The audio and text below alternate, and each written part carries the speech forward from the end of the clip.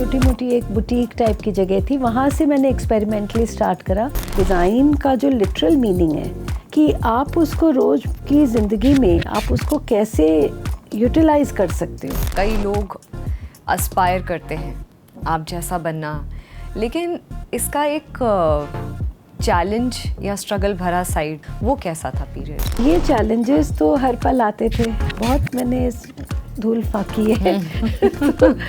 आपने एक और बहुत अच्छी बात कही कि बेटे को लाना था वापस, तो बेटा कब आया? तो वो भी एक बहुत बड़ा चैलेंज था, बिकॉज़ मुझे मजबूरन उसकी कस्टडी अपने एक्स हस्बैंड को देनी पड़ी थी। एक दो इंसिडेंट बताना चाहूँगी। अकेले टैक्सी में जा रही थी हैदराबाद से नारायणपेट, वापसी में बिल्कुल अंधेरी सुनसान सड़क पे टैक्सी वाले ने कहा बिगड़ गई गाड़ी और यहाँ खड़ी कर दी साइड। बॉलीवुड का एक्सपीरियंस किस तरह से रहा? जब मैं रामलीला के कॉस्ट्यूम्स कर रही थी जी, दीपिका का जो पहला सीन है होली के पहले, जब वो दौड़ के भाग के आती है, अब उसमें बांधनी भी है, उसमें गुजराती बॉर्डर्स भी हैं। आपके करीब कौन सा स्टाइल ऑफ वीविंग या कौन से स्टेट का फैब्रिक सबसे करीब है?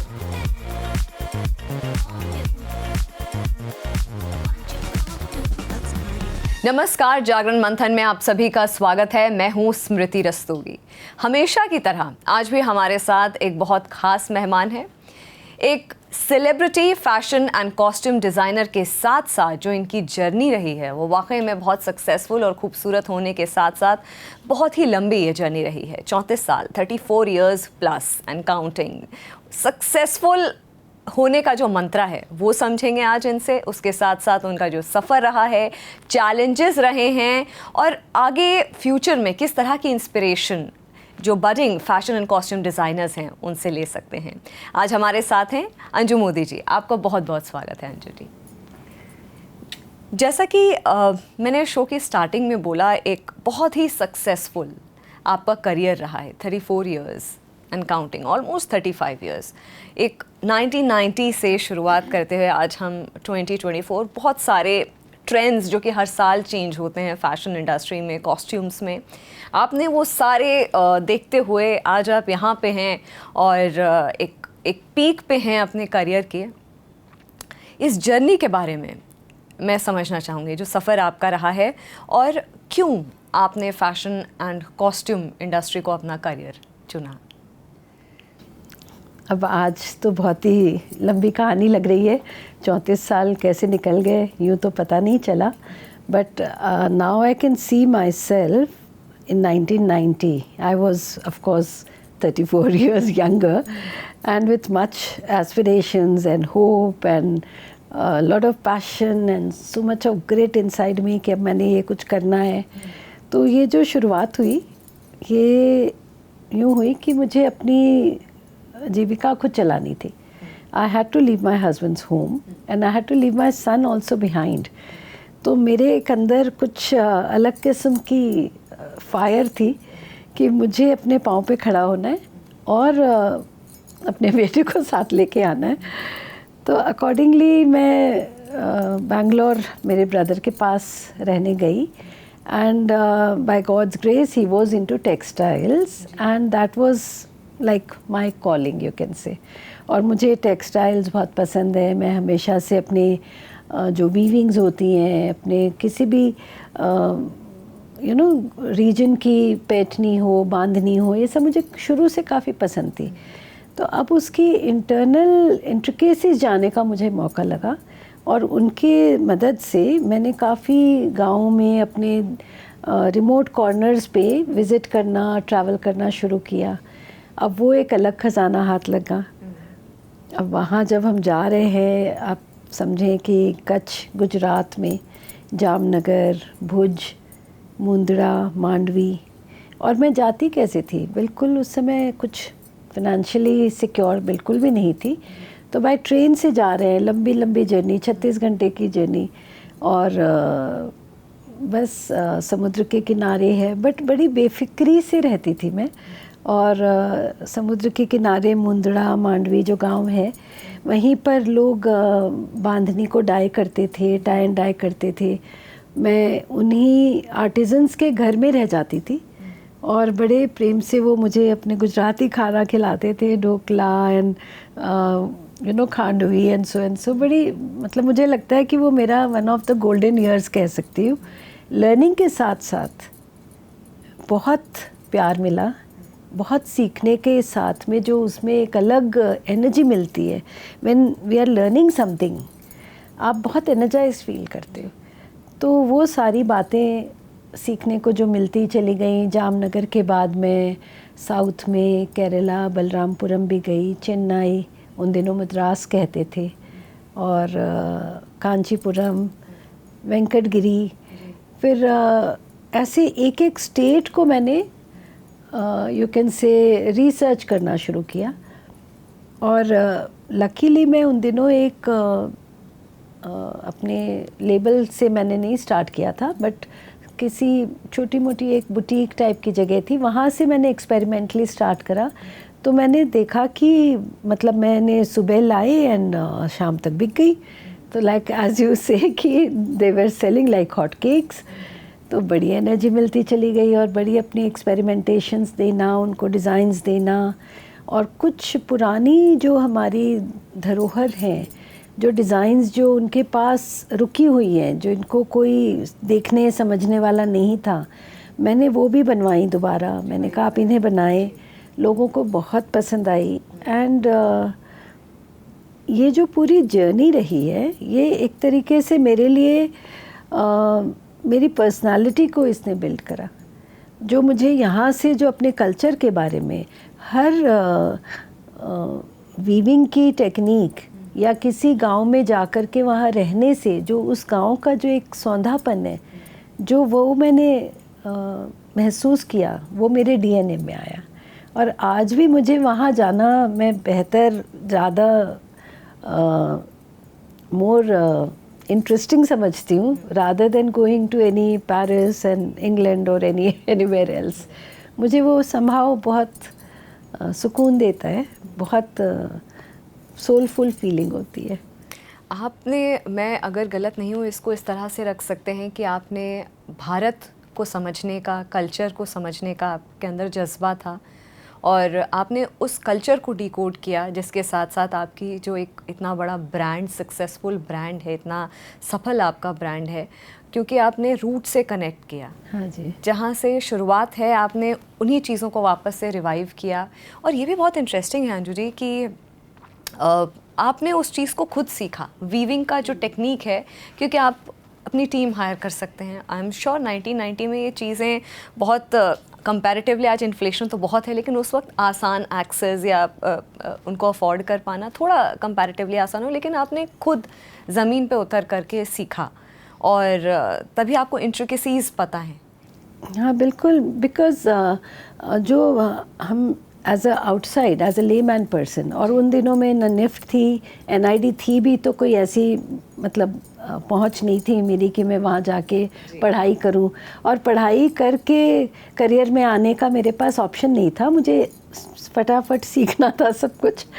तो सीख के सीधे अपनी जीविका के लिए जो भी मुझे करना था, तो luckily I would say this was very fortunate that I could go directly to the weavers and artisans. तो मैंने 24-25 गाँव में विज़िट करा इन द स्पेयर ऑफ से 4 to 5 years।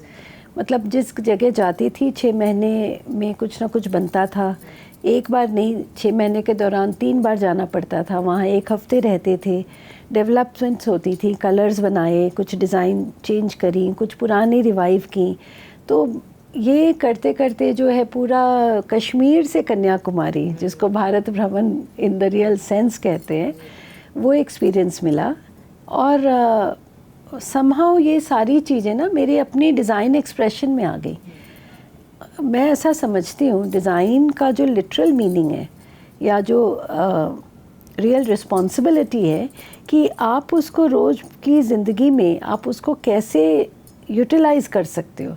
Designing of the fabric, of the colours and everything should be such कि जो सामने पहनने वाला है वो ज़्यादा खूबसूरत लगे, ज़्यादा प्रेजेंटेबल लगे, eight the same time comfortable हो, और प्राइड भी हो।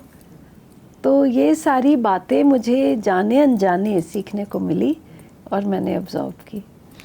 ये आपका जो जर्नी रहा है वो तो आपने हमें बताया, और आप जहाँ पे हैं एक सक्सेसफुल ब्रांड हैं, कई लोग एस्पायर करते हैं आप जैसा बनना, लेकिन इसका एक चैलेंज या स्ट्रगल भरा साइड जो कि आपने बताया कि वो समझना चाहूँगी, क्योंकि हमारा मंथन का जो पूरा हमारा जो विज़न है वो यही है कि एक आम जो इंसान है अगर वो आप बनना चाहे तो उसको वो भी साइड देखनी पड़ेगी जो आपने स्ट्रगल या चैलेंजेस को फेस किया। इनिशियल जब आपने ये आइडिएट किया था कि मैं इस तरह से कुछ शुरू करूँगी, तो जैसा आपने बताया आपके ब्रदर का टेक्सटाइल्स का बिज़नेस था, तो पैसे की क्या, कहाँ पे क्या इंडिविजुअलिटी, चलिए वो तो ठीक है, आप अपने आप को खोजते हैं कि मुझे क्या करना है, मैं पैसे मांगूँ ना मांगूँ, क्या करूँ, वो कैसा था पीरियड?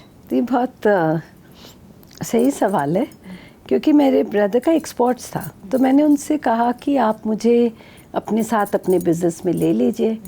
तो उस समय ये ज़रूर बात मुझे कुछ चुभी होगी, बट उन्होंने कहा कि अगर तुम मेरे साथ काम करोगी तो मेरे ऊपर डिपेंडेंट रहोगे, बट अगर तुम अपने बलबूते पे, अपने पाँव पे आगे चलती हो, अपना रास्ता खुद ढूंढती हो, तो आपको ज़्यादा उसमें सफलता भी मिलेगी और ज़्यादा सेटिस्फैक्शन होगा।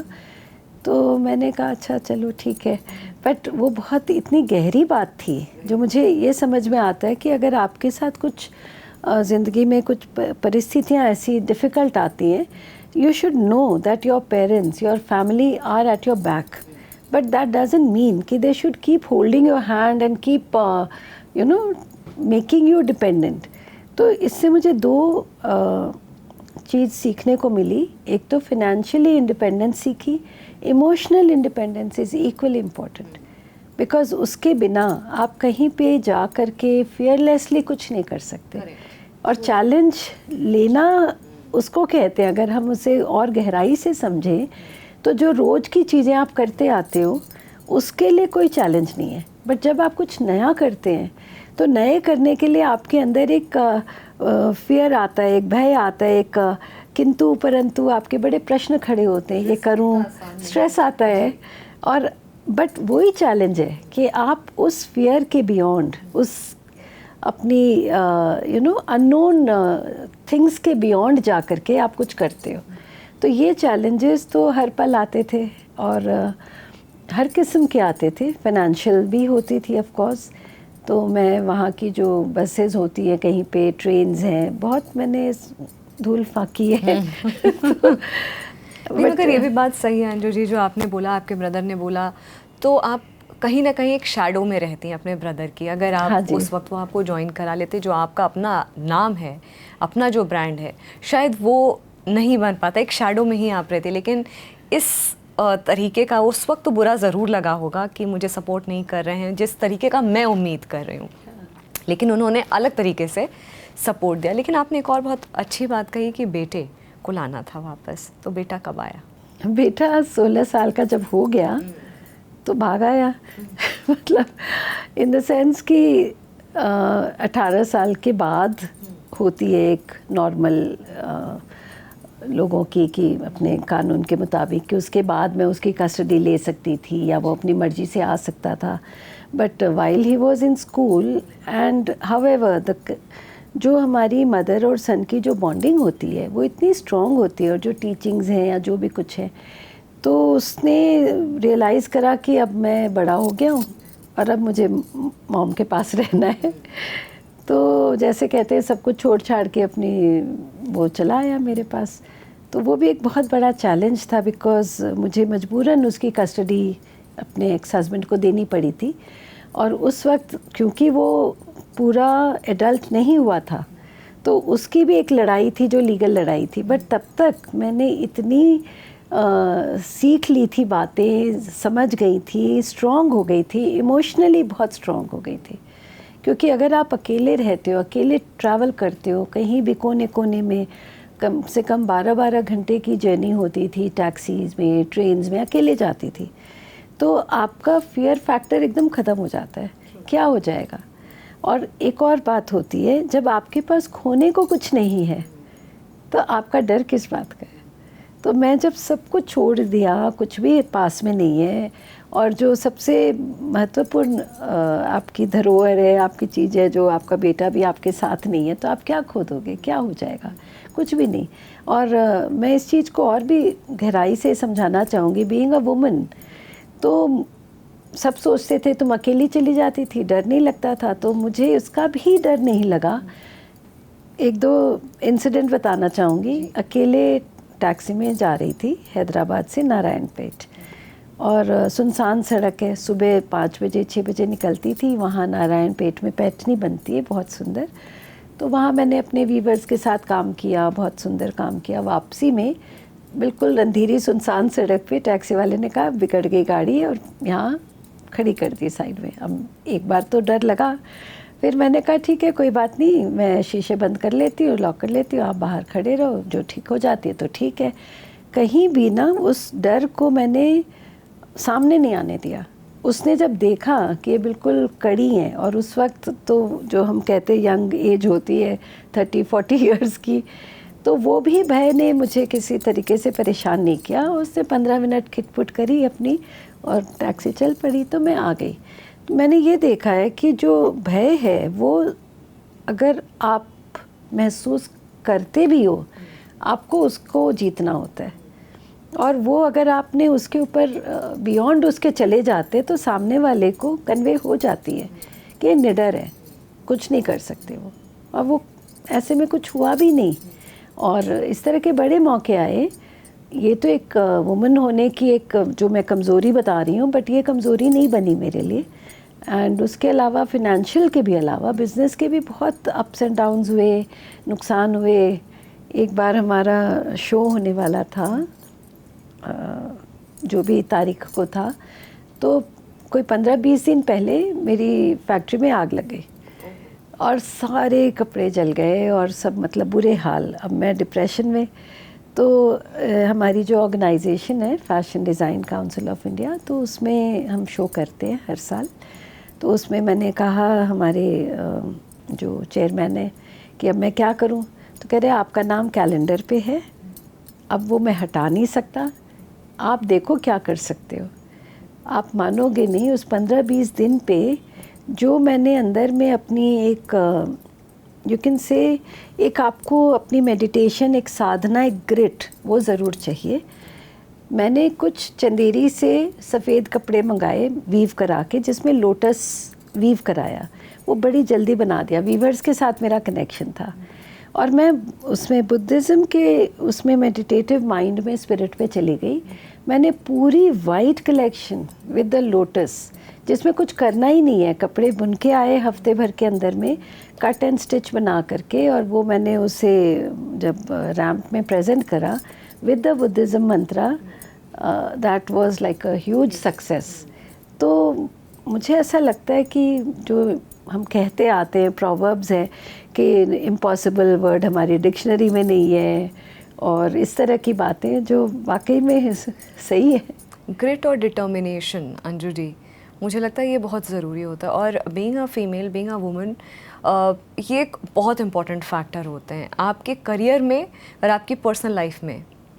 आपको सक्सेस देने के लिए ना आपने वो डिटर्मिनेशन अपनी पर्सनल लाइफ में गिव अप करी when you wanted your son back, और जिस तरह से आप ये इंसिडेंट्स शेयर कर रही हैं, और वाकई में वो एक ऐसी एज होती है, आप आई एम श्योर ये अर्ली 2000 या लेट 90s की बात आप कर रही हैं, जब एक अलग तरीके के चैलेंज थे, मतलब सुनवाई भी इतनी आसानी से नहीं होते थे। आपका एक और जो बहुत इंटरेस्टिंग जो आपके काम में एक चीज़ देखी गई है कि जो हमने बात भी कही कि कल्चरल हेरिटेज को आप you have always upheld that factor. तो किस तरह से आप एक ट्रेडिशनल, एक कल्चरल और एक कंटेम्प्रेरी ब्लेंड को बैलेंस करती हैं? जैसा कि आपने अभी एक एग्जांपल शेयर किया कि आपने एक बुद्धिज़्म वाले एक मेडिटेटिव मोड में जाकर के जो आपको सबसे पहला और बहुत अपीलिंग लगा, आपने वो फैशन ट्रेंड एक तरह से देकर के आप रैम्प पे आपने उस तरह से प्रेजेंट किया। तो कैसे, how do you do it? Actually थोड़ी है ना, आपको अपने फ़्लो में रहना पड़ता है। मैं आज के ज़माने की डिज़ाइनर हूँ, और जो हमारी कल्चर है या जो हमारी टेक्सटाइल, ब्यूटीफुल टेक्सटाइल्स है जो उस ज़माने की चली आ रही है, तो उसमें जो एक क्लासिक ब्यूटी है, उसमें जो एक आर्ट है, अगर मैं उस धरोहर को अपनाती हूँ, because we are the people and the we are here because of our past, अगर उसमें जो चीज़ लेने लायक है, चाहे वो टेक्सटाइल हो, चाहे उस कल्चरल वीविंग के फीचर्स के मीनिंग हो, अगर वो पीकॉक बनाते थे या पैरट्स बनाते थे, तो वो सिंबॉलिक मीनिंग होती थी उनके पीछे कि they are giving you peace, they are giving you prosperity, they are all good wishes.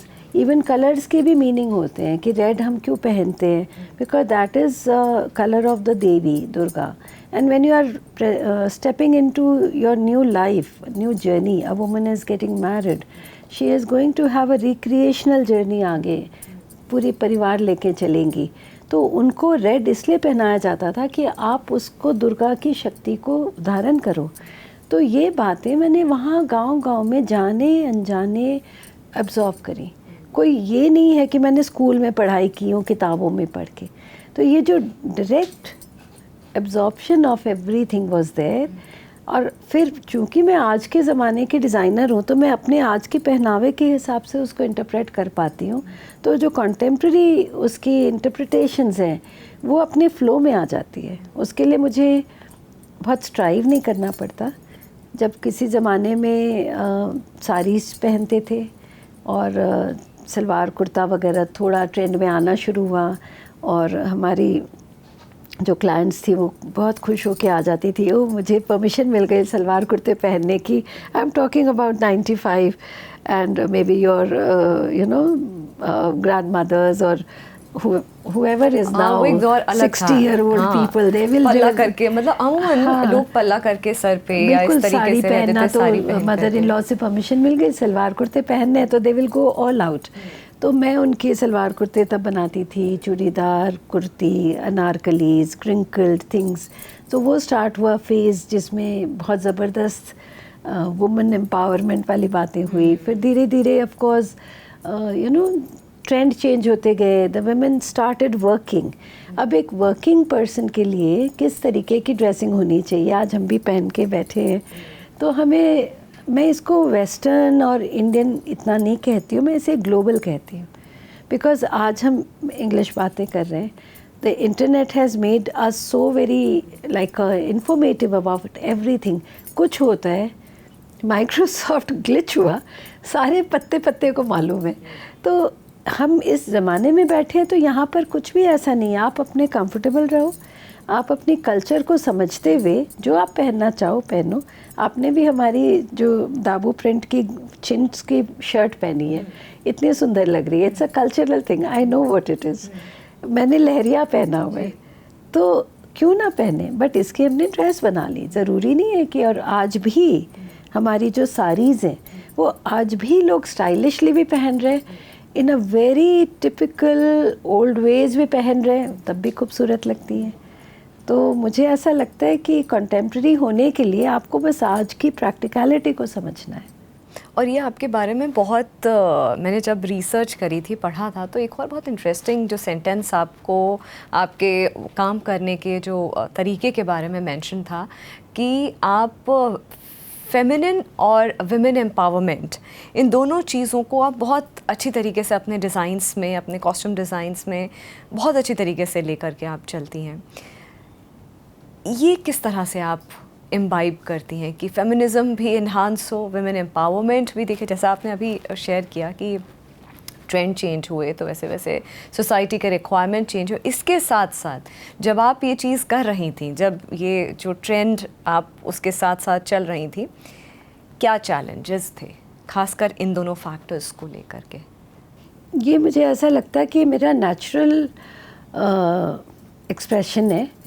जैसे आर्टिस्ट हैं तो अब हुसैन है अपने स्टाइल की करते हैं, या कोई दूसरे आर्टिस्ट हैं वो अपने तरीके की करते हैं। तो ये मुझे ऐसा लगता है कि मेरी अपनी नेचुरल एक्सप्रेशंस हैं, और by nature I am a kind of a little soft hearted person, तो मे बी वो सॉफ्टनेस आ जाती है। मैंने एक कलेक्शन बनाई थी जब मैं रामलीला के कॉस्ट्यूम्स कर रही थी जी। तो उसमें जो कैरेक्टर एक हैं जो दीपिका पादुकोण जी का, तो वो वुमनली ब्यूटिफुली ड्रेस होती हैं, but at the same time she had a character where she was a rebellious like. तो वो मैंने उस समय ये समझा कि वुमन होना कमज़ोर होना नहीं है।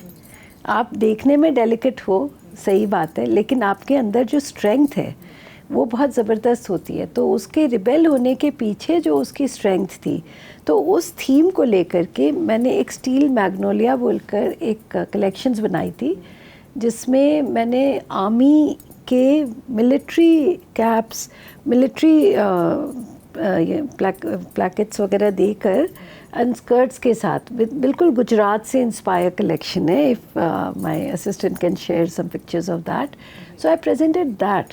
सो how do you show a woman as a strong person?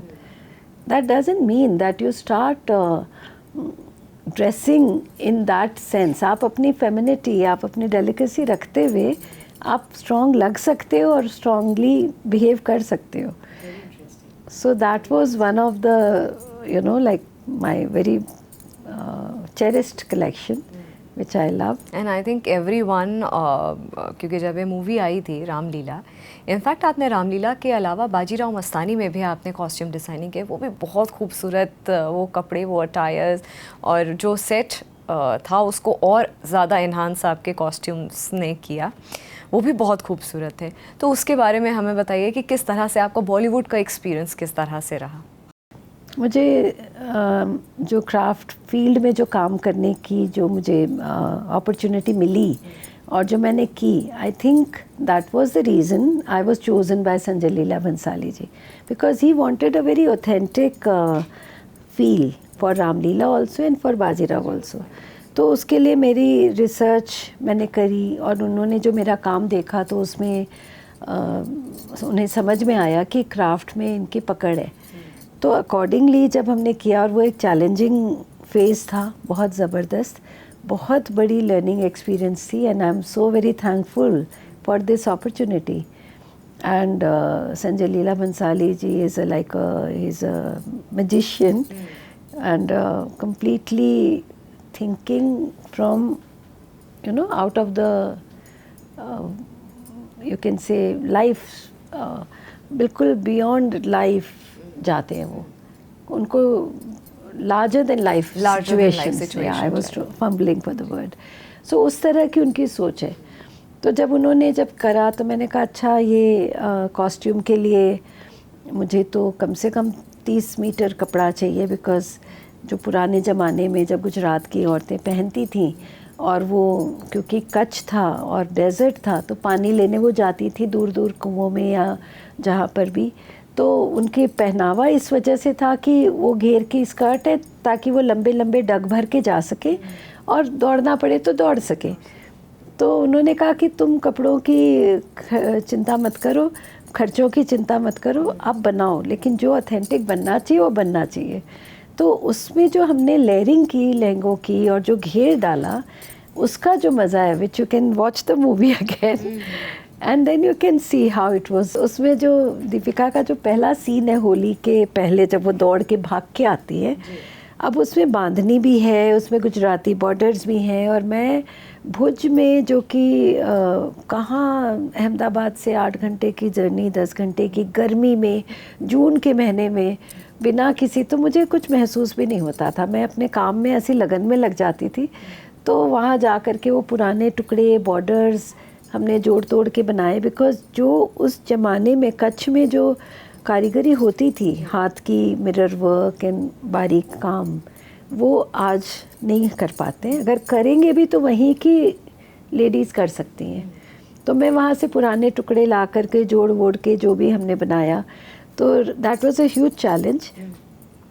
But उसके साथ साथ, हर चैलेंज के साथ, हर कठिन चीज़ के साथ आपको साथ में उसका यू कैन से उसकी प्राइज़ भी मिलती है। मतलब जो संजय जी की मुझे इतनी तारीफ़ें मिली और फिर इतने अवार्ड्स मिले, तो अगर मैंने कुछ भी किया तो ना अवार्ड लेने के लिए किया, ना किसी की तारीफ़ें लेने के लिए किया, ये काम में अपने लगन से, अपनी ही एंजॉयमेंट के लिए।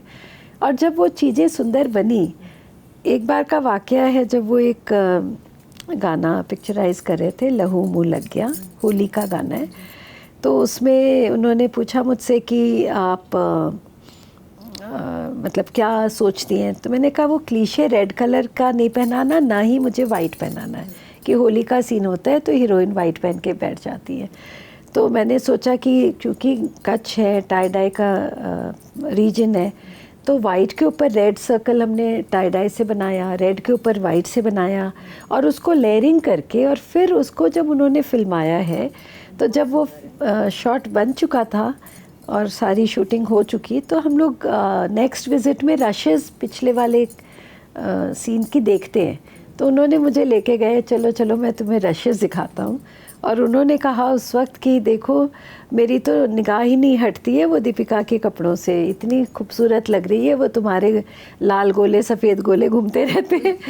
तो these are like you know like moments which I really cherish, and that gives me the oxygen, that gives me the energy, all these kind of the results of the good work. अच्छा, इन दोनों फिल्मों के बाद अब बॉलीवुड में आपने काम किया, उसके बाद आपका करियर ग्राफ कैसा था, आपका कॉन्फिडेंस कैसा था, अपॉर्चुनिटीज़ कैसी थी? Of course, Bajirao Mastani was a hit, Ramlila was a hit. Correct. तो एक क्वांटम लीप आपके ब्रांड को मिलता है, ब्रांड बनता है, और लोगों ने जब काम देखा तो फिर वो ऑफ कोर्स उसकी आपको मिलती है, उसकी प्रोडक्टिविटी, उसकी प्रॉफिटेबिलिटी, वो सब आती है सामने। और मुझे लगता है इसी की वजह से ये जो मेरा बिज़नेस है वो सक्सेसफुल होता चला गया। एक और जो मैं बिलीव करती हूँ, always always value for money and for a fair price. And also ये जो सारे हम काम करते हैं, तो ये हमारे बैक एंड में हमारे आर्टिजन्स को, हमारे कारीगरों को भी ये पहुंचता है। अगर कुछ एक चीज़ हमने नहीं बनाई और वो एक्सेप्ट होती मार्केट में और वो बिकती हैं, तो वो बनाने वाले तो वही हैं। तो मैं इसको रियल सेंस में एक सस्टेनेबल एक्सरसाइज कहती हूँ। तो ये बात की खुशी है कि मैं उस लायक बनी कि मैं कहीं ना कहीं कंट्रीब्यूट कर पा रही हूँ। आपने एज ओल्ड टेक्निक के वीविंग के रिवाइवल की बात करी, आपने कल्चरल हेरिटेज को वापस से अपने डिज़ाइंस के थ्रू एम्पावर करने की बात करी। लेकिन अगर मैं आपसे पूछूं कि आपने इतना ट्रैवल किया, इतना आपने कॉस्ट्यूम्स को, डिज़ाइनिंग को, वीविंग को, फैब्रिक्स को इतने करीब से देखा, आपके करीब कौन सा स्टाइल ऑफ वीविंग या कौन से स्टेट का फैब्रिक सबसे करीब है, या कौन सी डिज़ाइन जिससे आप बहुत ज़्यादा खुद को कनेक्ट करती हैं? फ्रैंकली मैं राजस्थान से हूँ, तो Marwar and Gujarat, they are very much similar. ये दो स्टेट से मैं समहाउ जेनेटिकली कनेक्टेड हूँ वो इस वजह से। और otherwise also those two states are very rich in culture, in its music, in its art, in the textile, in the kind of gota patti काम, the महीन काम, मिरर वर्क। बट सिर्फ ये दो स्टेट की बात नहीं है, आज मैं बनारस से भी बहुत कनेक्टेड हूँ, बिकॉज बनारस में भी बहुत ही इनोवेशंस हुए हैं। और मुझे ऐसा लगता है कि ये जो हमारे डिफरेंट, आज हमारे देश में कम से कम भी तो टेक्सटाइल रिलेटेड 40-50 क्राफ्ट है, इस तरह की टेक्निक्स है जो कि किसी स्कूल या किसी विद्यालय में नहीं पढ़ाई जाती है। अगर निफ्ट है हमारा, एनआईडी है, तो वहाँ से भी स्टूडेंट्स उन्हीं के पास जाते हैं क्राफ्ट वर्कशॉप करने और वहीं सीखते हैं। तो ये जो हमारी धरोहर ये है, ये चलती चलनी चाहिए। और अगर हम इसमें as a designer new innovations देते हैं कि भाई अब आप इसको इस तरीके से बनाओ, आज आप लहरिया को आप हमेशा लाल रंग में बनाते हो या पर्पल में बनाते हो, बट आज के ज़माने के लोगों को वो बेज कलर में भी चाहिए या सेज ग्रीन में चाहिए या स्काई ब्लू में चाहिए, तो क्यों ना बनाए। तो नई चीज़ें लाना और उसको इनोवेशन से आगे बढ़ाते चलना, ये एक प्रोसेस है जो कि हर डिज़ाइनर को as a design they should keep on designing new things. Anju ji, वाकई में ये जो आपका झुकाव है अपनी क्राफ्ट के लिए, प्यार है अपनी क्राफ्ट के लिए, देखिए 34-35 साल एक बहुत बड़ा अरसा होता है कि आप एक फील्ड में हैं and you master that field, you master that art, और दुनिया आपके बारे में बात करे कि कमाल का काम हो रहा है। ऐसे कौन से माइलस्टोन्स रहे हैं आपकी लाइफ में जिनको आप याद करके एक मेमोरेबल एक मोमेंट्स रहे हों आपकी लाइफ में जिनको याद करके आपको ऐसा लगता हो कि हाँ इस अब और बेटर करना है, that gives you a kick, क्योंकि आपकी अचीवमेंट्स आपको एक धक्का देती हैं और बेहतर परफॉर्म करने के लिए? से कुछ भी कोई भी जर्नी या कोई भी डिज़ाइन या कुछ भी परफेक्ट नहीं होता है, क्योंकि जैसे ही आप एक मुकाम पे पहुंचते हैं तो वो वहाँ पे आपको कुछ और इम्प्रोवाइजेशंस नज़र आती हैं। तो मैं समझती हूँ कि कोई लिमिट नहीं है किसी भी चीज़ को आगे पहुँचाने की, बट मैं उस दौड़ में अब मुझे कुछ और करना है, मुझे कुछ और टर्नओवर बढ़ानी है या मुझे कुछ अपने ब्रांड को कुछ और चमकाना है, ऐसा मेरा झुकाव नहीं है।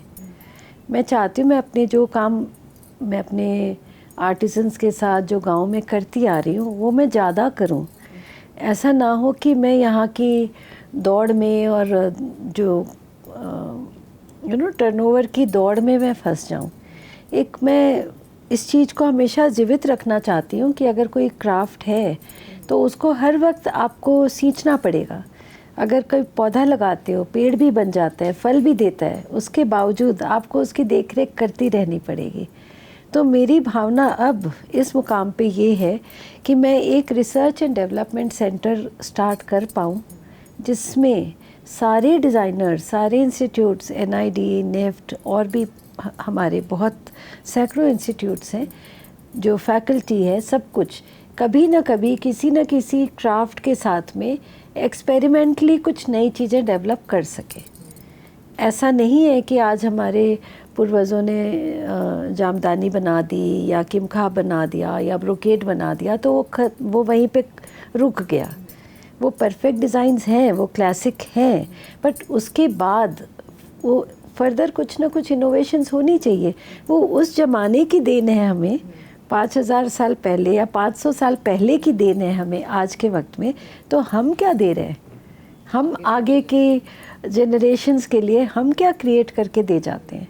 लेगेसी की बात कर रहे हैं। लेगेसी की हम बात कर रहे हैं। लेगेसी आपका जो विजन है अब इस वक्त एक लेगेसी के ऊपर है। बिल्कुल।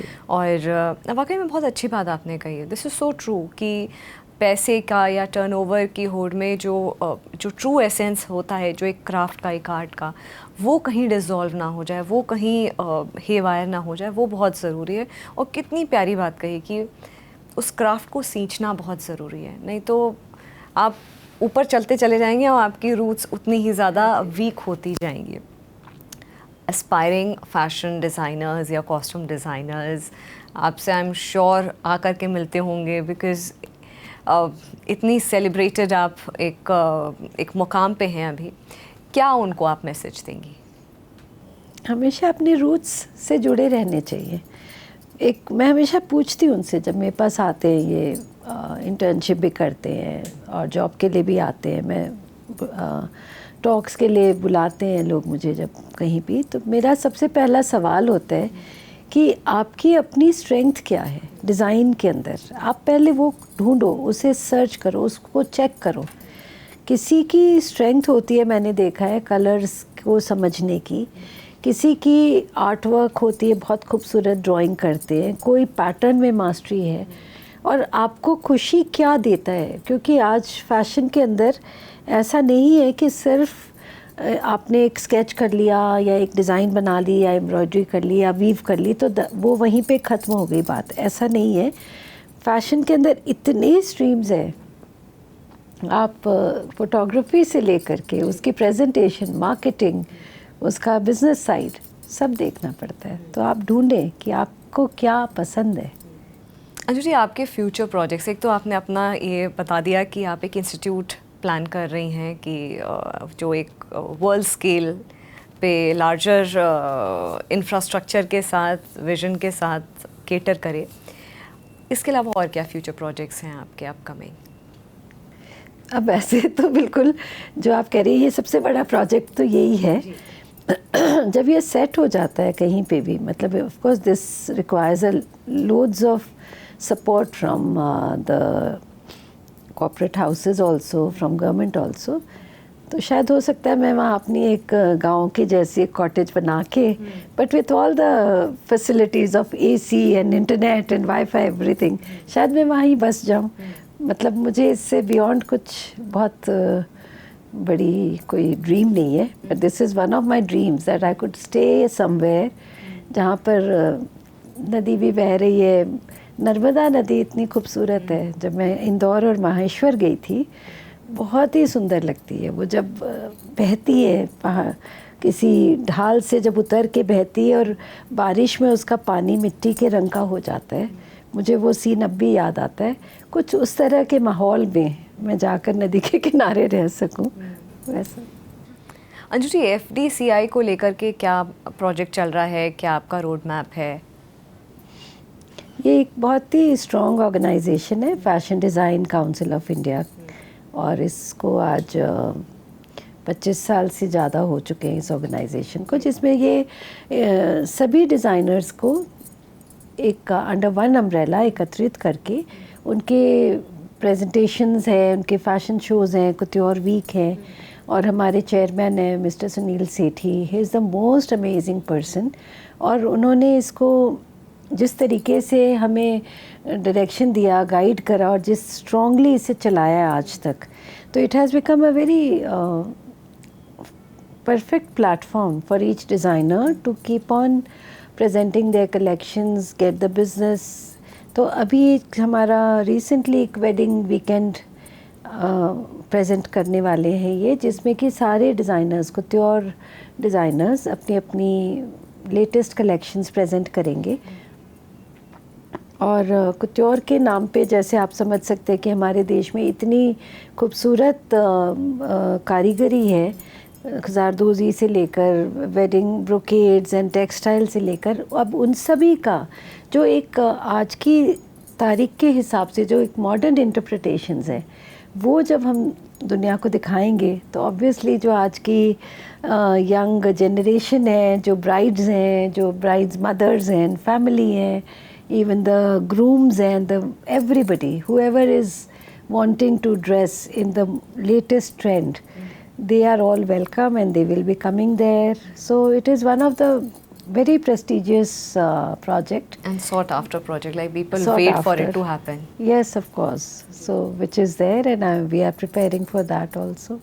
अंजू जी, आपसे ये बातें हुई, इतना खूबसूरत ये कॉन्वर्सेशन हुआ, और मंथन के इतने एपिसोड्स हुए, लेकिन ये जो एपिसोड है about fashion industry, about costume, आपकी पर्सनल जर्नी, आपके लाइफ के अप्स एंड डाउन्स के साथ साथ आपका बॉलीवुड में इतना स्ट्रॉन्ग प्रेजेंस आपका रहा with the costume designing for 2 blockbuster movies, बहुत अच्छा लगा आपसे बात करके। मैं बेस्ट विशेस देती हूँ दैनिक जागरण डिजिटल के मंच के बिहाफ पे कि आपका जो विज़न है, आपका जो सपना है अपने इंस्टीट्यूट का, वो पूरा हो, और आप ऐसे ही बहुत सारे लोगों को इंस्पायर करते रहें, और अपने खूबसूरत जो कलेक्शंस हैं, डिज़ाइंस हैं और कॉस्ट्यूम्स हैं ले करके बार बार आएँ, ताकि हम लोगों को भी एक नया टेस्ट इवॉल्व होता हुआ हम लोगों को भी मिल सके, हम लोगों को भी देख सके हम। Thank you so much. Thank you so much for me inviting on this platform and sharing my ideas. I'm so very happy that so many people will be understanding the fashion in the real sense. True. Thank you so much, Anju ji. फिलहाल जागरण मंथन में इतना ही, मुझे दीजिए इजाज़त, नमस्कार।